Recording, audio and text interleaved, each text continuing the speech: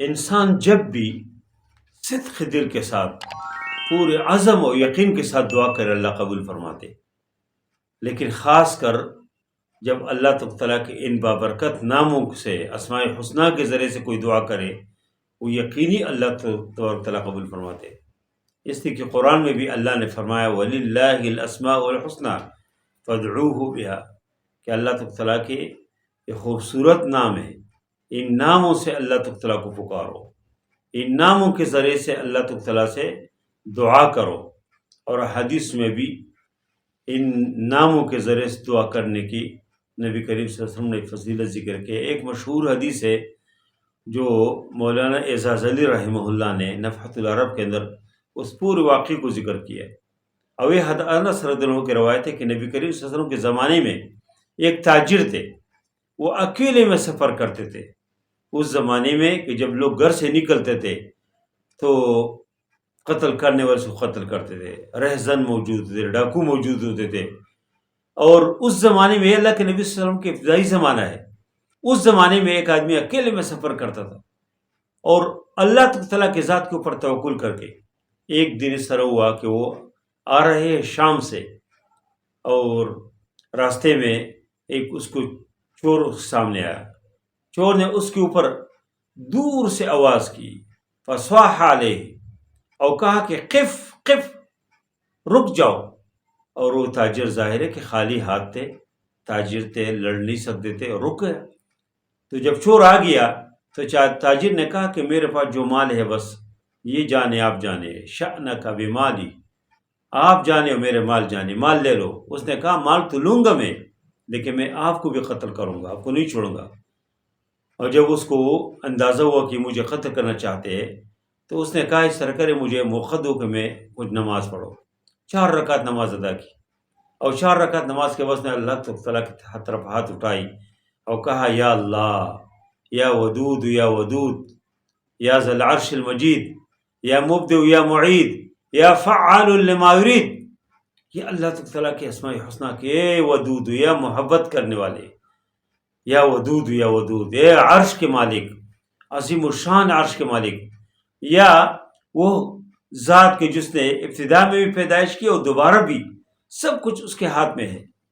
یا اللہ جو فعال لما یرید، جس کا ارادہ کرتے ہیں وہ جو اس کا ارادہ فرمائے وہ کرتے۔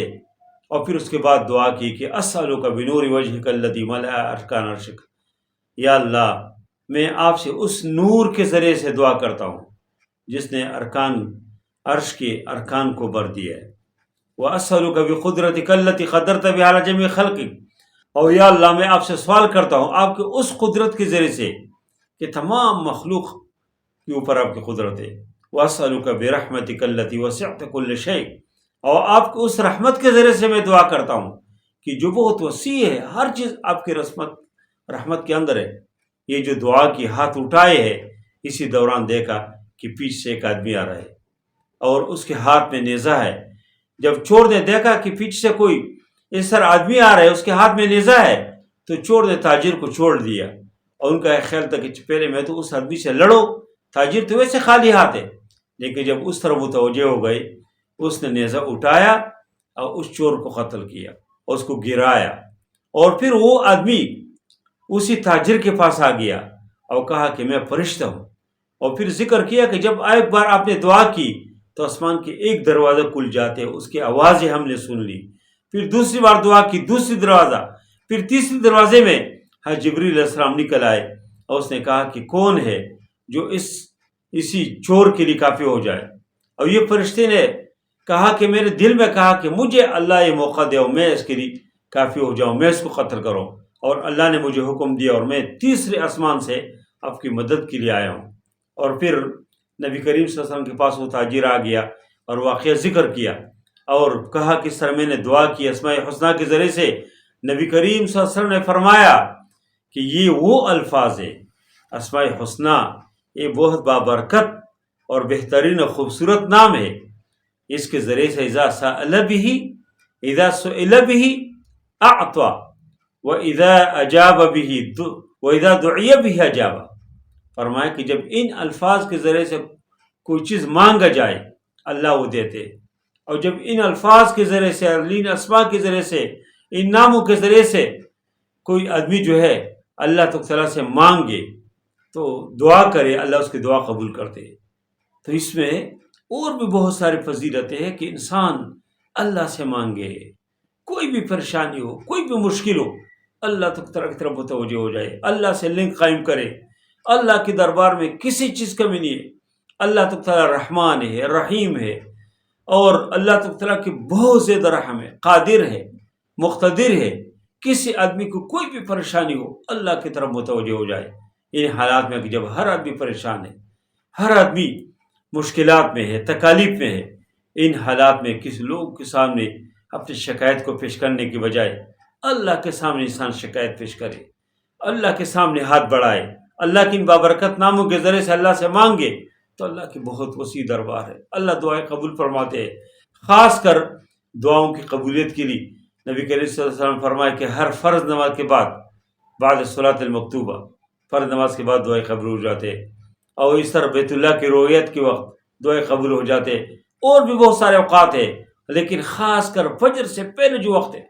اس میں اللہ تعالیٰ اپنے شان کے مطابق اس آسمانی دنیا میں تشریف لاتے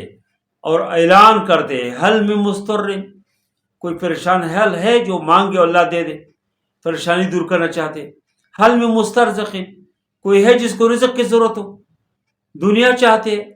اور اس طرح کے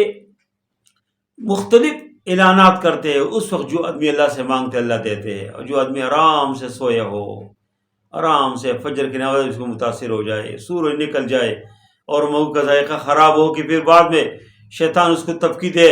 کہ تم نے بہت اچھا کام کیا، اس کی دعائیں اللہ کیسے قبول کریں گے؟ اس لیے میرے بھائیو، ہم اللہ تعالیٰ سے مانگے، اللہ بہت وسیع دربار ہے، اللہ ہماری دعائیں قبول فرمائیں گے۔ خاص کر اسماء الحسنیٰ کے ذریعے سے اللہ سے مانگیں گے تو اللہ تعالیٰ ہماری دعائیں قبول فرمائیں گے۔ اس طرح اور بھی بہت سارے الفاظ ہیں کہ نبی کریم صلی اللہ علیہ وسلم نے فرمایا کہ ایک آدمی آیا،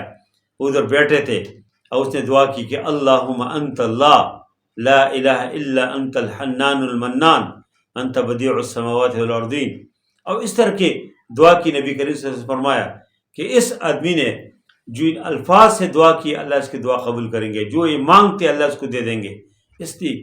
ہم ہر دعا سے آگے پیچھے استغفار بھی کریں، درود شریف بھی پڑھے،